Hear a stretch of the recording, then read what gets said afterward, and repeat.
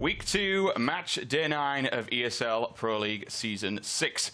Welcome to the Intel Esports Arena, live and kicking from Copenhagen. My name is Sims, and joining me on the desk, as ever, I have two beautiful men, Chad and Yanko, otherwise known as Sponge and YNK. Gentlemen, good week so far? Yeah, I don't know about the weather. It's a bit crappy. I'm not sold on rain. No one is ever going to tell me that rain is good. Not even British people. No. Sims can confirm. No, wet shoes have not been a very fun pastime so far this week, boys. I got massive boots on now. I had to find a brolly. You thought ahead. I like that. Yeah. I'm very excited. About the rain? No, about me going home tomorrow, because for the weekend in Belgrade it's 30 degrees, sunny. So that's going to be quite nice after 3 weeks of clouds. Must be nice. I'm going back to that, to be honest with you. Another crap UK weather. But moving on in the show, let's take a look at the standing and see how things have been panning out throughout the Pro League so far. We move across to North America. Still at top, Optic Gaming. You see me running through these every single day, but you guys can pretty much get the gist of it. SK Gaming, Misfits, Team Liquid, NRG, Renegades, Immortals, CLG, Cloud9, Complexity, Luminosity, Splice, Ghost Gaming, and then Rogue down at the dead zone of 14th place. Move across to Europe, and we'll show you how these have been panning out after the days that we've been seeing so far. And you'll see a new champion at the top. We got North overtaking FaZe. FaZe obviously in second, Fnatic, Astralis, Heroic.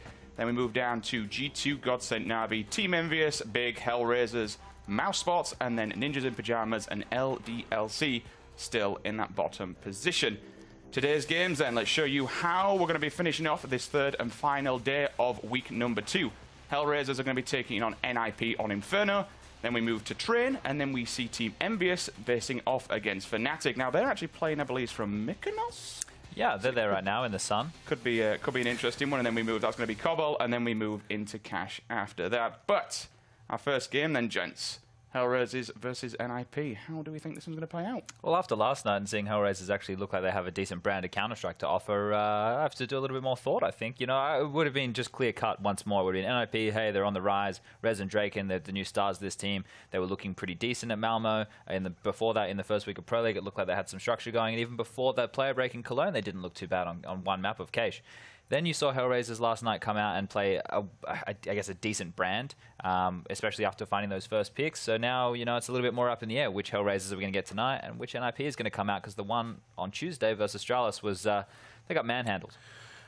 True, NiP played much better in Malmo than they did in the first week of Pro League and in the one game we saw in week 2 of Pro League. So whether it's a matter of them just being more motivated on LAN or not really getting into the groove of things online, whatever it is, they definitely need to step up their game, because HellRaisers did look better yesterday than NiP, which we saw online. I mean, you kind of, you know what, you hit the nail on the head there. I'm just looking at some of these stats that we've been pulling up.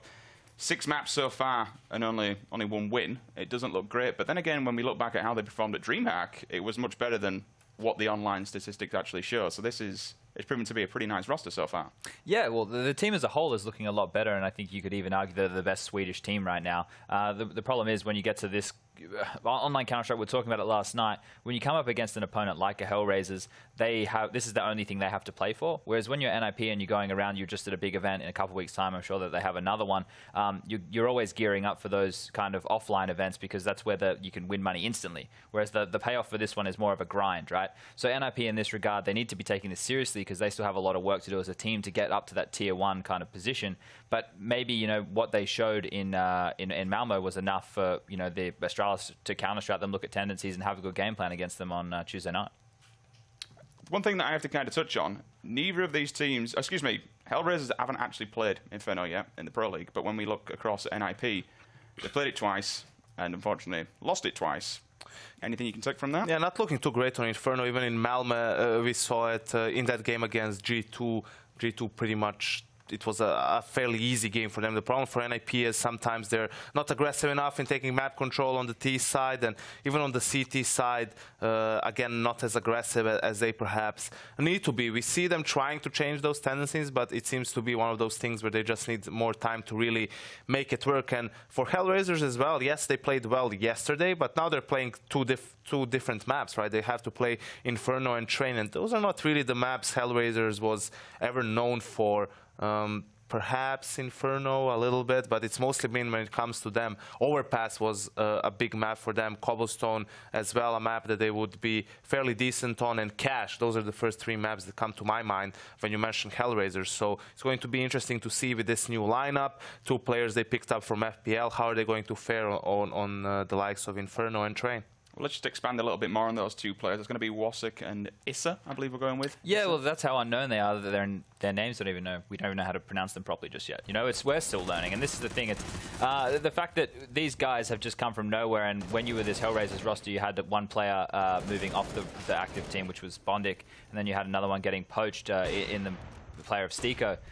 Then you just kind of have to find people to fill the void. And the fact of the matter is they're an English-speaking squad, right? So you could get these players from FPL, your rank S's, the guys who are superstars in those kind of puggy environments, and see if they have anything to bring and mold into the team. And for them, last night, they played fantastically in terms of an individual sense. They're able to get the headshots. They're able to play within a team environment. It looks like they already had decent structure down. And I think one of the biggest highlights, if you move away from the individual side, was how they didn't, you know, get too, I guess, antsy in situations where they had a number advantage. They would just wait. They would force the CTs to push for more information. They'd capitalize on that, and then they were able to close out rounds from there. And that's very impressive for a young squad.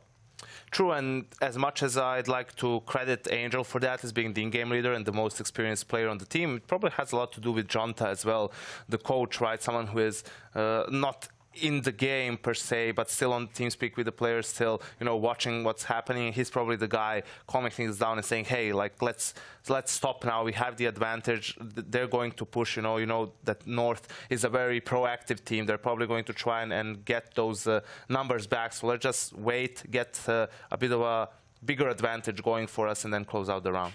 Obviously, that's map 1, but moving into map 2, as you did say, it's going to be Train now. The same thing again for HellRaisers. They've not actually played it so far in the Pro League.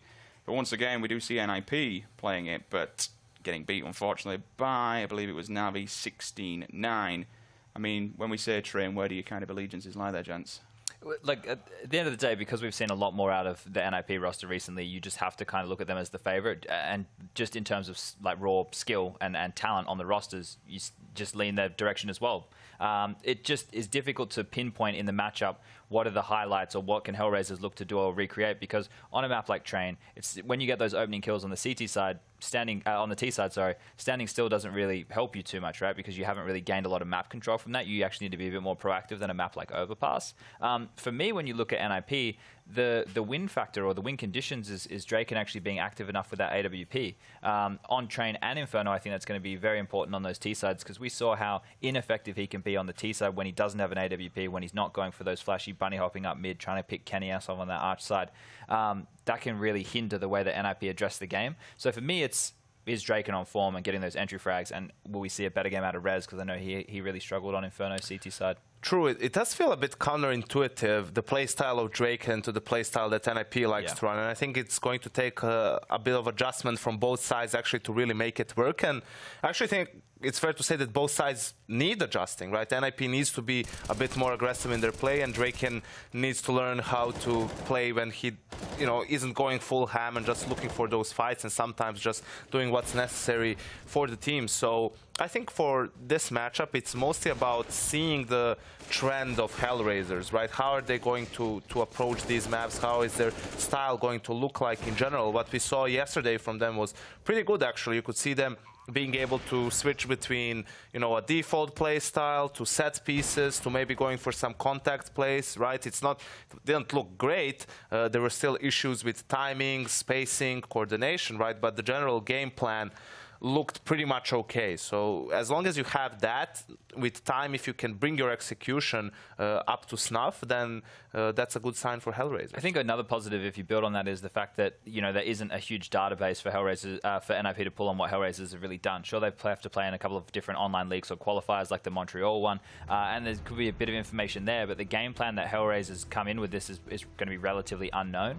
And I guess a way you can address that if you're NiP is to play very aggressive on the CT side, so they don't actually get to do the strategies that they want. They don't get to bring out that kind of play. So be interested to see if NiP are just going to treat it as business as usual, give them a lot of respect. And I think that might be a mistake. I think they should really opt to play more aggressive and try and run them over style. You've both been there, you've both done that. We've been through team change and such like that. When you add 2 new players, what are the biggest things as a team that you have to overcome? personalities to overcome.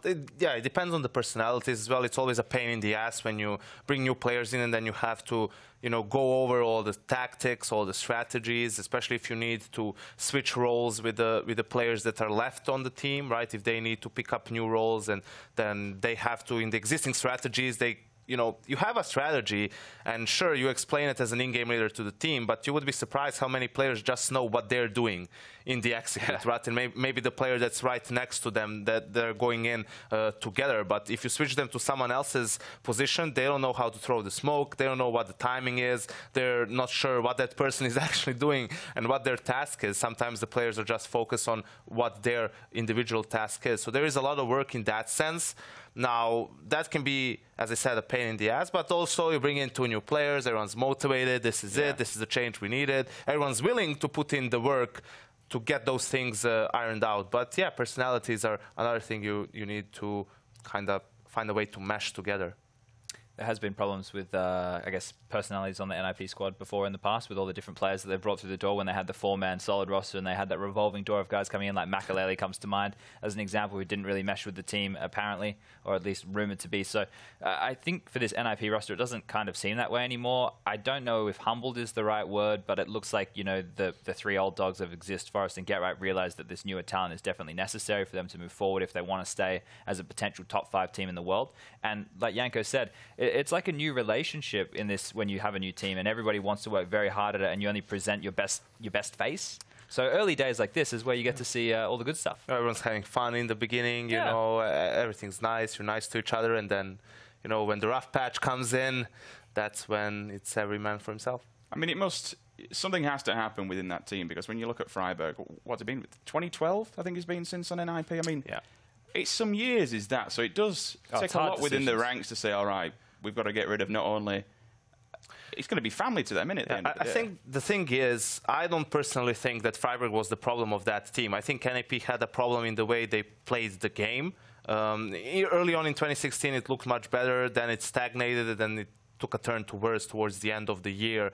But it came down to they needed to make a change, a roster change, to simply, you know, get a fresh start, so to speak. And it's been... I think that's been the case for a while. They cheated their way out of it, I think is a way to put it, in 2016 by bringing in Threat, and he brought you know, a new style and he brought some freshness into the team. But it was inevitable if NiP wanted to basically be a contender again. So after this is all said and done, then we move on to Envious versus Fnatic. Now, both of these guys, unfortunately, didn't get out of groups back at DreamHack. Just talk to me a little about these 2 teams, their performance. I think, you know, Fnatic was very impressive for us in the first week, adding Golden from the Academy team. He's come up and he's the in-game leader. Lekro, you know, we kind of just a solid addition. He's been in the Fnatic roster before when they had that kind of jumbled around between the Godsend and Fnatic at the start of the year. But I think this iteration of Fnatic is also giving us the same kind of feeling as the new NiP, is that they look motivated, they look like they have a good direction, they look like they actually have a game plan for once, which is not something we normally say when we talk about Fnatic, especially the one with Olaf and Dennis, where it was very individual, very based off of players getting frags. So this new squad, even though they didn't do fantastically at Malmo, they also didn't really underperform, I wouldn't say. It's kind of where you expected them, especially in that group. It was up in the air, that group. We could have flipped a coin. G2 was in the group. The same, I mean, they faced each other in the group. It was actually Fnatic knocking out Envious out of the tournament in that best-of-1 on Cobblestone. But Envious will also have to play out of Mykonos. You know, we know how the weather conditions are like, Chad. We're not sure about the server conditions and so forth. So whether that will be a hindrance or a plus, we are yet to see. But Fnatic also, what they've shown is that they are willing to play 6 maps from the very beginning, right? The only map they don't want to play is Nuke. In their first week of Pro League, 6 games, 6 different maps. So it's very interesting to see that approach. Usually teams in the beginning focus on maybe 3 or 4 maps, right? Because it takes a lot of work to get very good on a map. But this is probably them realizing there's so many different matchups within the league.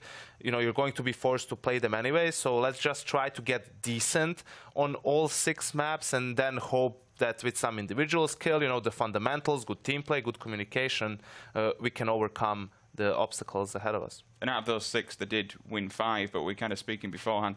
It was against Big, LDLC, and Nat's been said, you know, even looking outside in, it's not your Astralis yet. It's not up at the highest of the high. Can you take too much from that? Well, I think at the start of the season, Yanko and I actually did up predictions, and I'm pretty sure for me, Fnatic was somewhere down the bottom. You know, maybe not in the bottom 4, but they were near that kind of realm. Yeah. So the fact that they're beating these teams who would be lower than them is to be expected, but it's good to see in the fashion they did it. So it's more the way that they won those games as opposed to just beating the easier teams. It was a better faced Fnatic. It was just their approach was good. And also this is an opportunity for them, right? A lot of the teams, we see them drop maps to some of the underdogs. That hasn't really happened to Fnatic so far. So if they can maintain this level of form against the higher seeded teams, right? If they can get a couple of maps off, then I think they're going to be in the fight for that probably just 6th spot to make the LAN finals. The one thing I do like from this is the fact that Golden's obviously been promoted from their academy team. I mean, naturally, should we see more him kind of have the Fnatic wheel? I've been watching, obviously, the A team playing and learning everything else. In theory, should he just slot in to this role super easy because he's still... No? This was more out of necessity. If anything, it was more lucky that the academy team was there, right? Not everyone has an academy team. And the fact that this squad had actually been together for some time since the start of the year. DreamHack Leipzig was when they first added Jay-Z Walkings, I'm pretty sure. And they'd just been grinding from there, having a few up and down results. They went to the major qualifier under a different name, Ballistics or something, I think it was. The European one? Minor. Yeah. Sorry, that's what I meant. So they've had like some middle ground results, and then the fact of the matter is it got to this point where Fnatic were pulling their hair out. It's like nothing's working. We've tried to go back to the old roster, and now we need something new. And they've gone, well, this guy, they've been doing decent. We can put him in with some better players and see how it happens. It's not that... The biggest thing, I think, is respect, and it appears that, you know, the likes of JW, Crims, and Flusher are giving that to him, which is the most important thing as a new in-game leader in a Tier 1 team. Right, well, we're just about to get this game ready, so without further ado, I'm going to pass it over to your commentators for this evening. We've been switching it up a bit here on the desk, but for now, Pansy, Natu, enjoy. Yeah, thank you so much. And indeed, I've had to, well, had to makes it sound like a negative. I've been able to enjoy the analysis desk, guys, coming over here. You've escaped. Yeah, one by one, right? Like they just let us out of the cage, you know, to come here to the commentary booth, and we'll try to make the best of it. Now, I'm pretty excited. We had Yanko yesterday, we had Sponge the day before, and now we get the Finn joining us. We've had the full array now of it all coming through. So, what are your expectations going to this? You've had a somewhat intimate knowledge of NiP in past times. Sure. There's a new look to them. They've got the 2 new players, obviously. HellRaisers as well, 2 very new players. It's a lot to take in for these guys. Yeah, for sure. I mean, HellRaisers right now, I didn't really expect anything yesterday when that was the first time I really saw this lineup play, but they actually surprised me a lot. Yep. A lot of structure in a lot of the things they were doing. So I think that's a good, very good outlook for them. Picking up a map against Astralis, Overpass, is a map that Astralis has always been really, really good on. To see HellRaisers actually beat them on that map was very, very surprising. So good to see how this progresses. NiP also, I mean, Inferno hasn't been a fair lady to them, you could say. It's not looked great. They've been a little stagnant on their T sides. I want to see them be a little bit more aggressive, more active. You'd see them a lot of the times steer towards Banana and then, you know, set up a play in there, but nothing else would happen on the map. So it'd be way too easy for their opposition to actually read up on what was going to happen. And that was always surprising because they used to be so creative on it too, right? That was one when Threat first came in, everyone got super excited by that, you know, Inferno T side, their CT sides were quite fun to watch, but yeah, it did seem as though it has got a little bit kind of all seen, all done. So we hope to see something new, but it will be starting on the CT side for them, and instantly Rez and Draken right into the action and a straight up fight. Head to head it goes down, and drastically in NiP's favor, exists to just round it off, and there it is. First round on the board, nice and comfortably for NiP. Yeah, Laura, we started with the matchmaking strategies apparently for tonight. Yeah, we're just talking up HellRaisers, how cool it was to watch them and how good they looked. It's like, just rush Banana.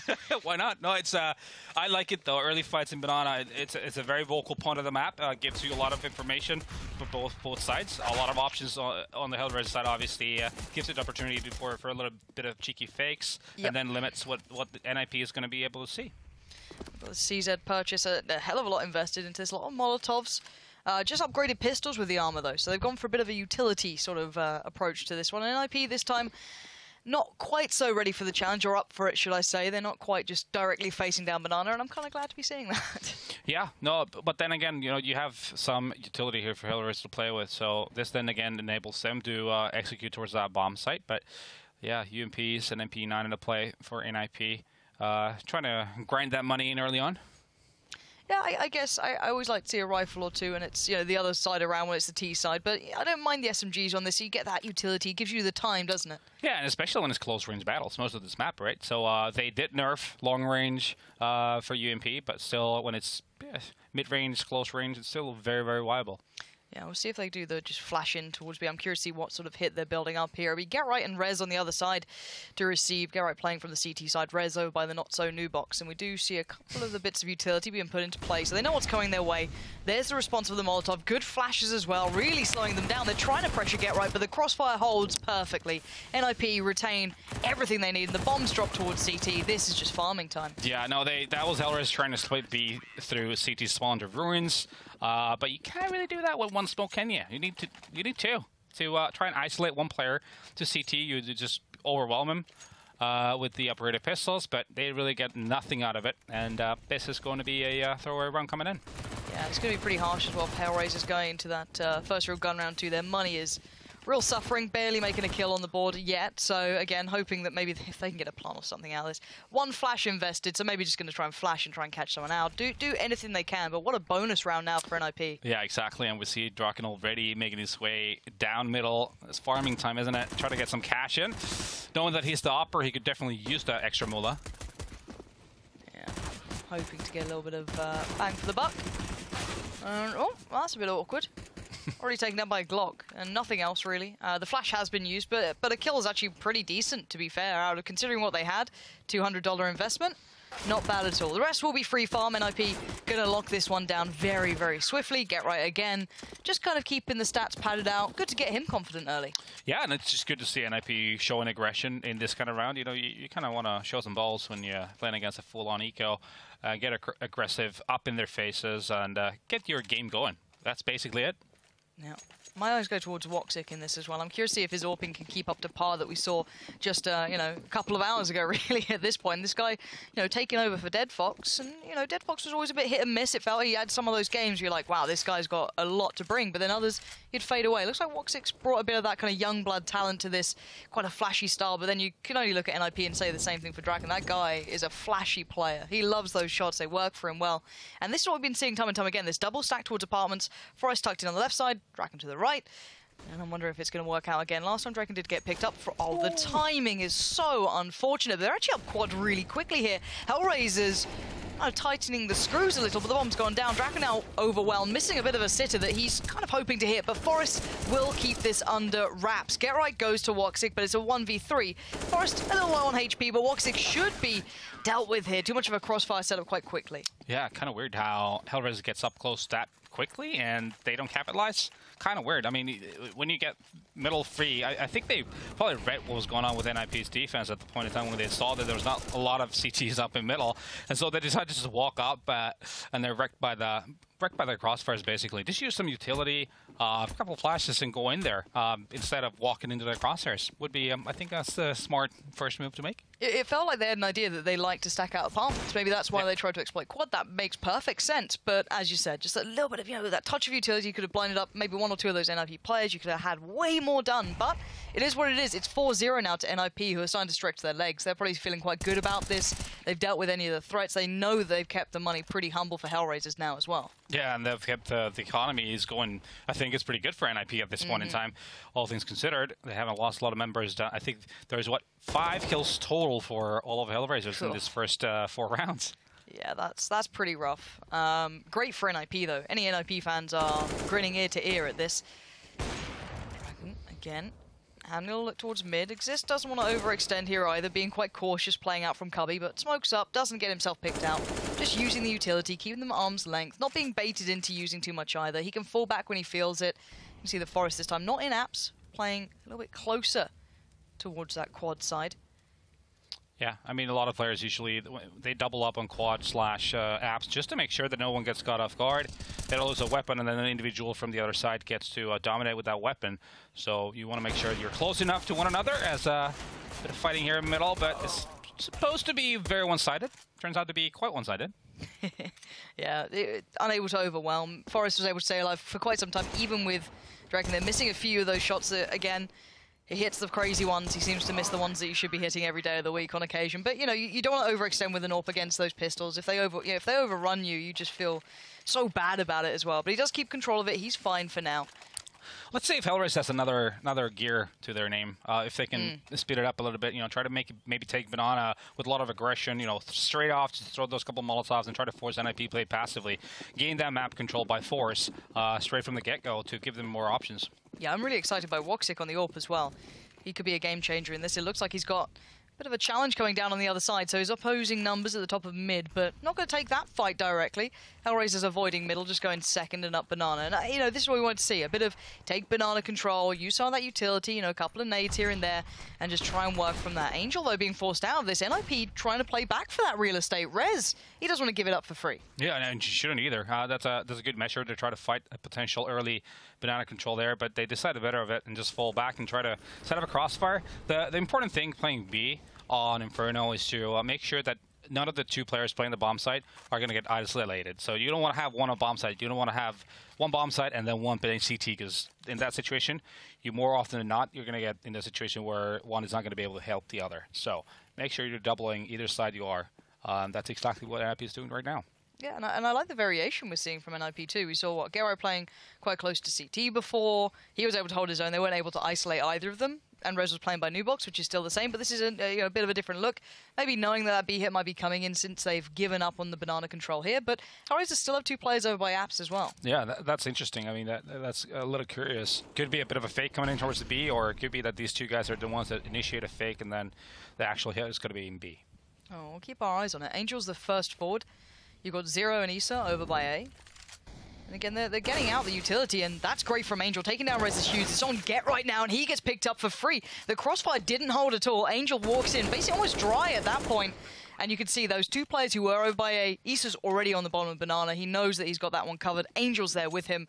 Really nice B take from HellRaisers. Yeah, and Angel, again, just showcasing it. He's one of the better fraggers when it comes to in-game leaders. He's always been very, very good at being aggressive, being a point man, being the first coming into the bomb site, and yeah, getting 2 big kills. But has to be said, NiP players on the B bomb site, Rez and Get Right, were not able to help one another, even though they had the angle that they should have been able to help one another. Still, very too individualistic from the two guys. Yeah, and as we see, let's see if they can keep all these guns. HellRaisers going right in towards NiP. They could do with keeping all these guns, even though they've won the round. Money will be fragile. They get that all the way. Nice. Yeah, not so Not much. sure if it's worth it. Definitely not, because there's not that much money on HellRaisers' side. So now they have to rebuy. There's going to be only 2 guns saved from the previous round, meaning that if not everyone had the money, you know, there might be a situation where someone has to make a compromise on a nade. You know, that could be a difference-making factor. Yeah, absolutely. We've seen it so many times. Zero does just go for the smoke at this point. Yeah, well. Flash is coming in. Okay, he's buying up just late, so no Molotov there. So you're missing out on 2 players. But it's not the end of the world, but that could be, you know, a bit of an issue down the line. But now we have Rez and Draken now on the AWP. Or have the buffer for the following round, right? I mean, yeah. if anything else, if you lose this round, you'd have the money to buy in the following round. But now, it's an all or nothing for HR. Where this is worth 2 rounds from their perspective. If they win this one, they'll have a chance at the round that follows up. But from an NiP perspective, win 1, get 2. It's a bargain. Yeah, it really is, isn't it? That's not bad at all. Now, I'm wondering what HellRaisers do. They didn't fight for that early presence on Banana, so again, they'll have to kind of play that back in, put a bit of utility into place if they want it. Rez is holding the kind of corner of the angle, so again, he could swing out and take a fight or 2. And HellRaisers hitting the brakes, maybe just working out what they have to come up against, trying to feel out where those AWPs are. Now, if they know there's 2 AWPs in practice, that could be just this hit coming through. It looks like they're setting up a piece towards A, but we'll see if they commit to the back of it. And it does seem as though they are for now. Zero's going through Apps, the rest going straight up middle. Flash is coming in this time. That's good. High amounts of pressure towards NiP. Forrest not able to swing out for free, but the first man in is low. Dead Fox was already down to nothing, but it's Forrest again. This guy from this spot, anywhere around pit, he will deny everything that comes his way. Perfect shutdown, and now HellRaisers left with almost nothing. Angel, sure, he's got some firepower, but 4 players in his way. might just be that step too far for him. 20 seconds remaining. Exist will do enough. But yeah, you could see a nice approach, but still, Forest was able to get away with so much. Yeah, from a theoretical standpoint, I think HellRaisers still did a good job. They smoked off the bomb site, therefore isolating 2 players away from Forest. But the issue was that once they actually pushed in, the space between the players that were pushing Forest was just too much, because there was no possibility for a refrag. It was 2 1 by 1 from that. So we can see here, Forrest gets one, gets the reset that he's aimed, gets a second one, and look at the time between the second and third kill. So much time for him to reset and to just, you know, replace his crosshair to the next opponent. That's it. You know, you got to make it harder for someone like Forrest. Yeah, he doesn't need any help in that sort of situation, and maybe we're seeing a little bit of that newer players in this, because that third player in was Woxic as well. So again, maybe just not quite there on the timings or the pressuring, or just keeping in mind where he needs to be in that sort of hit style. But again, that should be just a mechanic he knows how to do. Yeah, it's supposed to be pure intuition. You see your teammate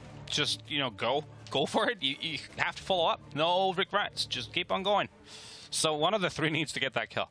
Yeah, none of them did. Forrest gets away with it, and the player coming out from Apps has to deal with it. But by that point, everything else has been done. But 6-1 scoreline, this is looking really good for NiP, and I'm glad to see it in a way, because we saw quite an underwhelming performance from them not too long ago. Again, they suffered a fair amount in NiP. They didn't look like the team that we kind of hoped to see on the online stage of things. But still, it's NiP, right? You just want to see a little bit more from them. This is kind of the result you'd almost expect if you hadn't seen HellRaisers picking up one of their games earlier this week. Yeah, for sure. I mean, for NiP, it's still very much a building up stage. I'm sure they're testing a lot of things. They're changing a lot of things. So from one day to the other, we might be seeing a lot of difference in the way they like to play. But this is going to be a halfback coming in from HellRaisers, and it seems like there's going to be a plow from them.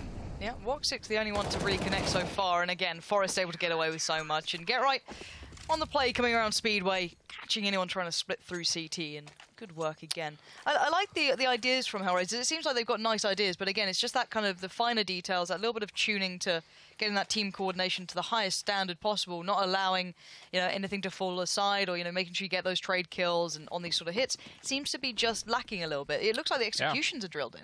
No, I mean, they have the ideas, but again, the difference between theory and actual, you know, execution is it's a lot. You know, you can know the smokes, you can know the idea of what we want to do, but if people don't have the grit to be able to time it to perfection, if they don't know how to follow up on teammates, you know, that's a major flaw, but something that should be fixable quite easily. If you just look back, go and look at the VOD, you'll see that the obvious issue was that we were just too far apart.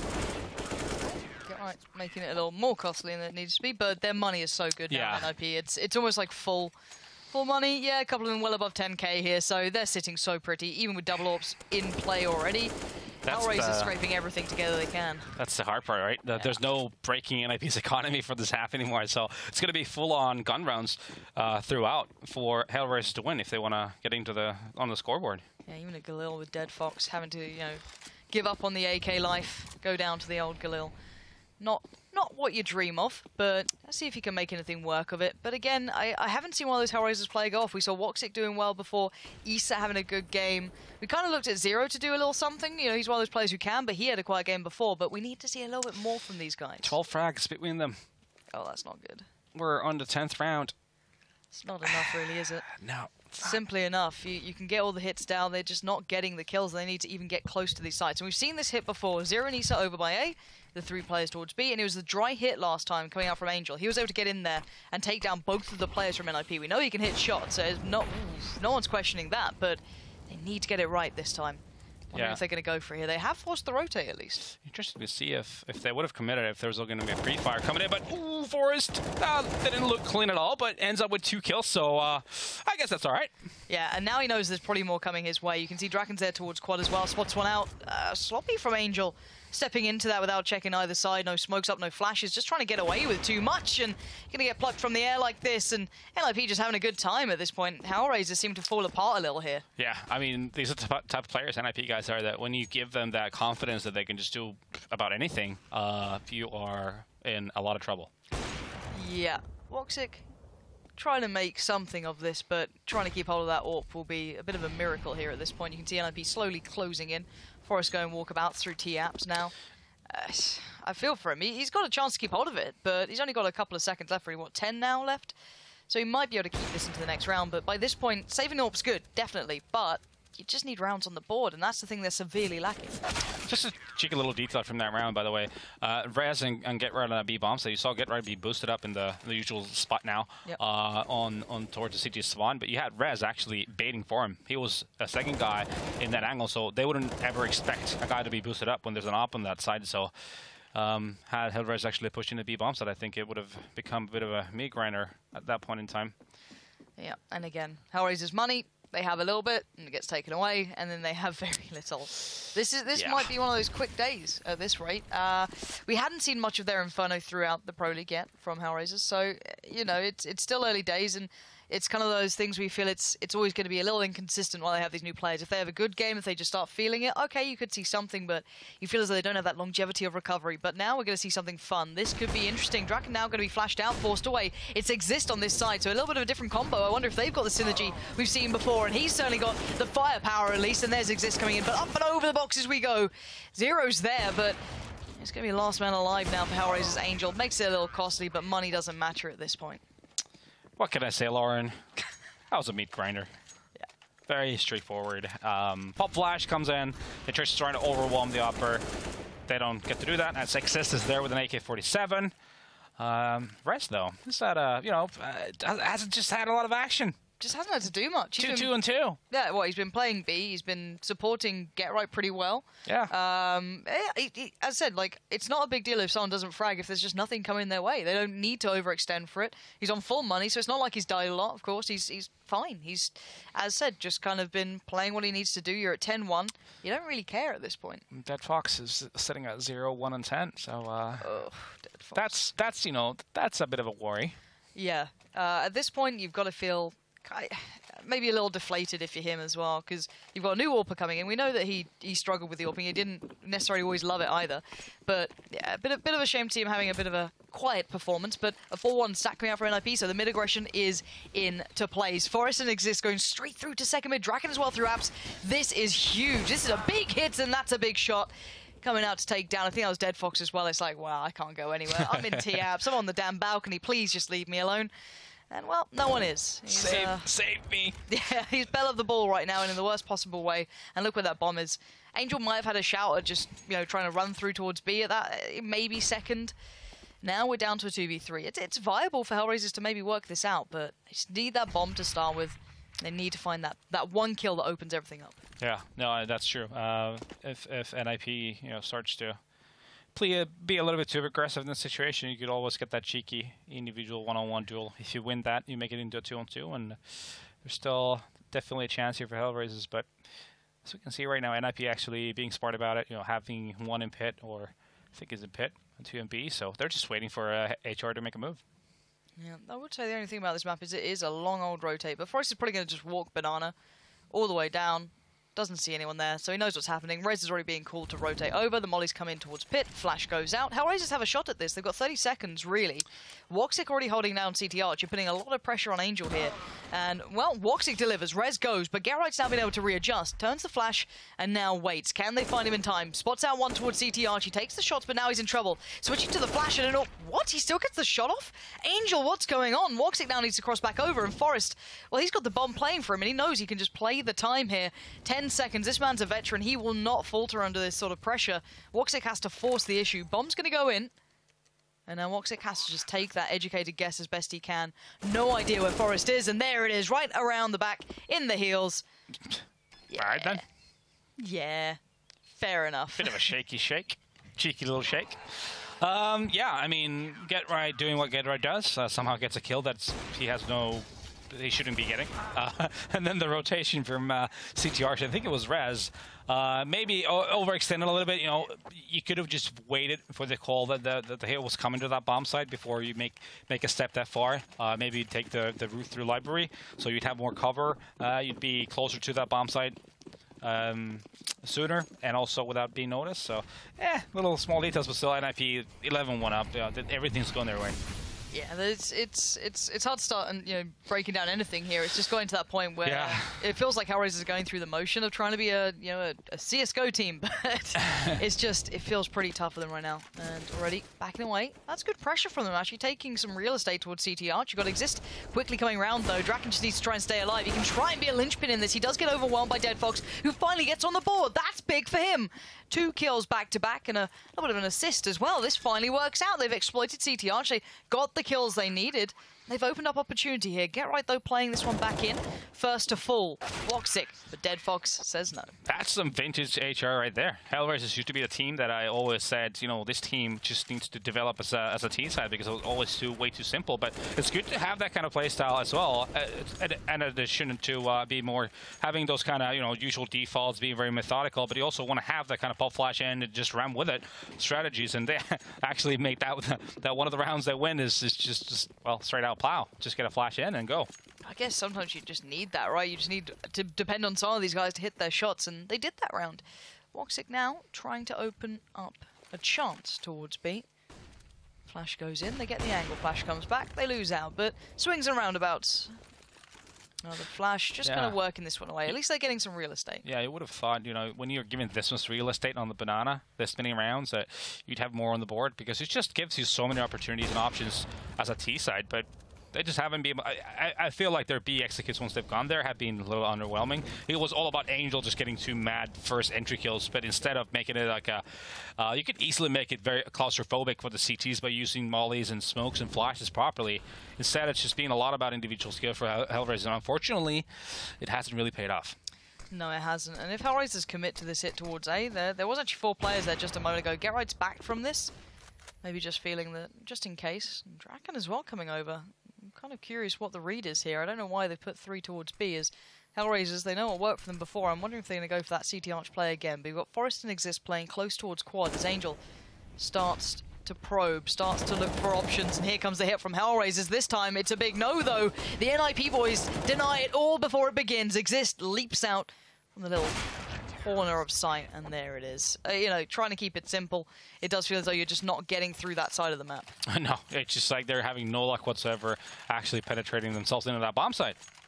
You need to get like the first kill, even if you lose members, but at least you get that 1 kill so that there's an individual on the bomb site somewhere, so the players that come in after the initial fight would have a chance at making it at least like a 2-on-3 or the sort, so you'll have a chance at it. But they're just not able to get that. No, it has time been... and time again. Oh. Well, that doesn't help either. Oh, Dead Fox, but why? What a fitting name to a player right now. Yeah, this has been a pretty grueling first half for HellRaisers. Again, you've got to feel the rounds they got. There was a quick round that happened towards CT Arch. That was nice. And then you had Angel going off towards B. But beyond that, it's like, well, how can you consistently replicate those sort of things? Well, Lauren, the answer is you don't. Quite simply, you don't. Well, they start off with a cheeky 3 and 5. That's a great bonus with 1 AK and 2 CZs. Well, Draken is like, well, I'm just going to go and push a little more. Yeah, if the NiP are confident, you can't blame them, even individually. They can take these fights, they're winning it. They've probably have a 13-2 half, which is, that's massive. There's so little room for recovery now for HellRaisers on that second half. It used to be the norm in the old version of Inferno. God, yeah, that was a while ago now, isn't it? Don't miss that banana at all. No. But what a cluster that was. Yeah, it has become better for a T side normally. Not the case this game. Well, clearly. no, this is not the best example for that. No, but it has become way more viable for T sides. Plenty of opportunities opened up, but you can see HellRaisers. They're flashed. They're being almost bullied here from pillar to post. There's no escape. 3 players for NiP on this site. Even if you take down 1, there's 2 ready to get into the action. 0 though, going to try and put up the good fight, and Woxic chimes in. We're down to 15 seconds, and do they expect Rez and Draken here so quickly? Forest is en route, and there you go. The first strike comes in. 10 seconds now. They push to the plant. There's nothing to really stop them. Well, Natu, I've got to say it. This has been a bit of a stomping. It's been a train wreck. Yeah, it has.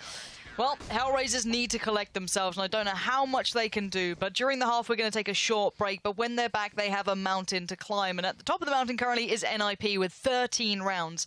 That is a very big half. So guys, do stay tuned. We'll be back in just a second's time.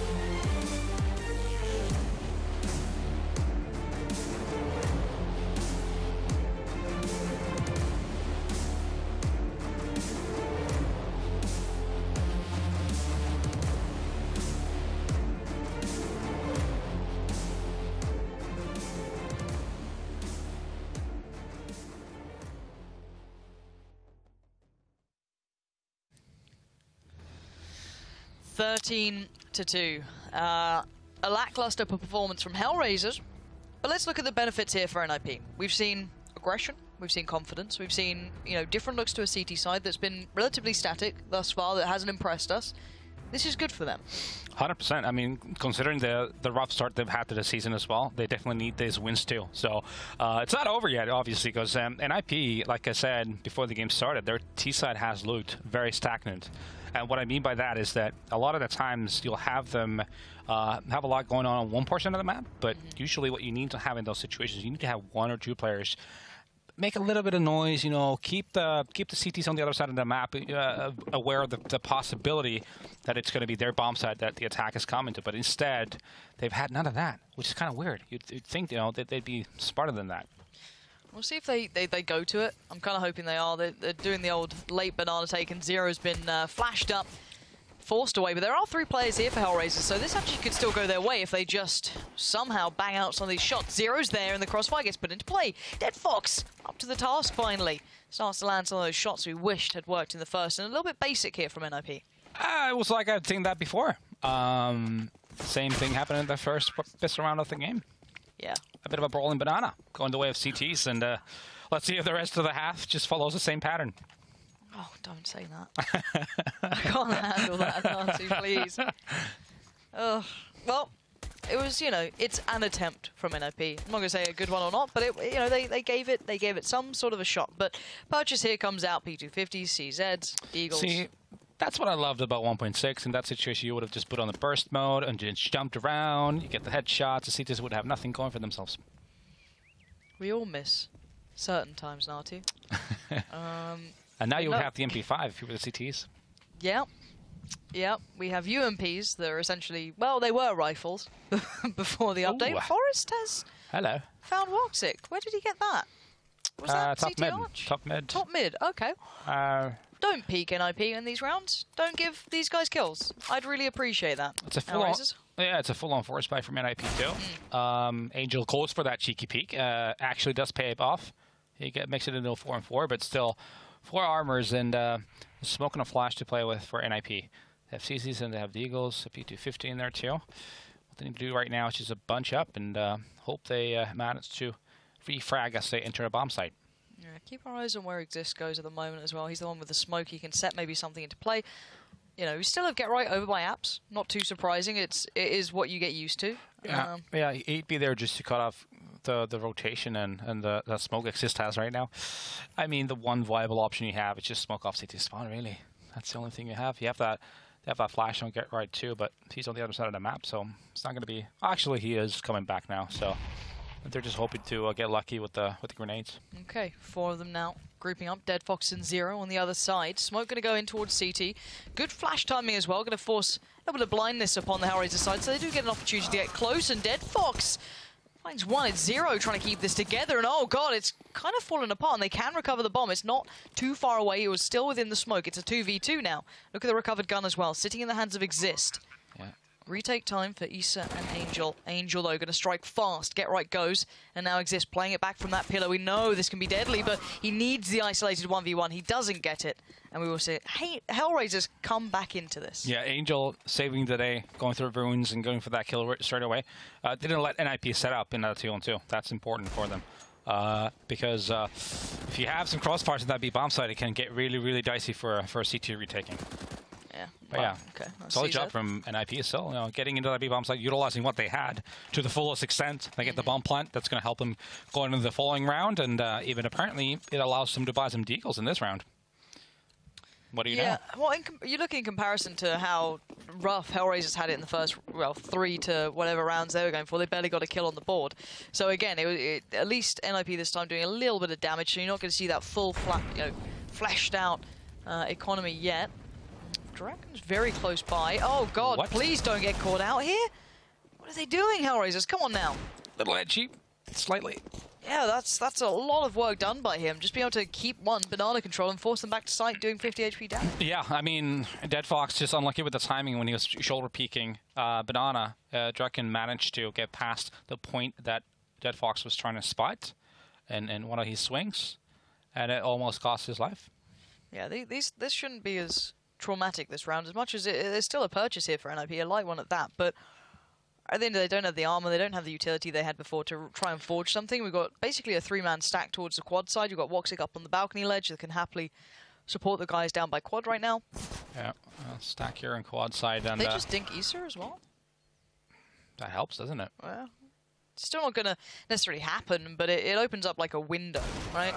And Forest goes down. Get Right needs to kind of bait this out even more. They're trying to sell something towards A. The bomb's creeping up towards B, but there are still 2 players here. Deadfox and Zero in the same sort of spots. Lovely position from Deadfox as well. You can fall off that, and the headshot angle's just not available, and there it is. So HellRaisers keep 5 alive, even off that early threat. That's important. Yeah, for sure. Definitely money in the bank, saving up for further down the half. Obviously, they don't have room for a lot of mistakes, considering the scoreline, but still, it always helps to have a bit of money in the bank. Let's see what NiP starts off with. There's AKs across the board, all the utility you need. It's just a matter of them actually being the enabler, doing things. Let's see if they are being proactive about this. You can see Woxic's definitely looking to make a difference for his side. He goes for that opening sort of shot down middle, but doesn't get anything for it, but at least puts NiP on notice. Deadfox pushed up by the sandbags. You've got Zero trying to play the crossfire off the back of him too. This Molotov might force him out if they do put it into place. Yeah, I hope they have something to follow up on this, though. It's just not going to be Molly. Yeah, they have nice flashes, and Brest is going to get that first kill. Just Deadfox paying the price for being there. Good job from NiP. Yeah, so far, so good. Again, no one-man advantage. We haven't seen that transfer into much more yet. Bomb's still over by spawn, so NiP aren't going, hell for leather into this. They're still taking a little bit of caution, taking their time. You have Forest and Get Right over by apartments. See if they go anywhere off the back of it. Yeah, still only a minute being spent, and they've already managed to get a man advantage. They have control of Banana, so that gives them a lot of options. And you'd think, in NiP's mind, they think, all right, probably going to be just one CT on this B bomb side, but HR actually taking a bit of a risk here.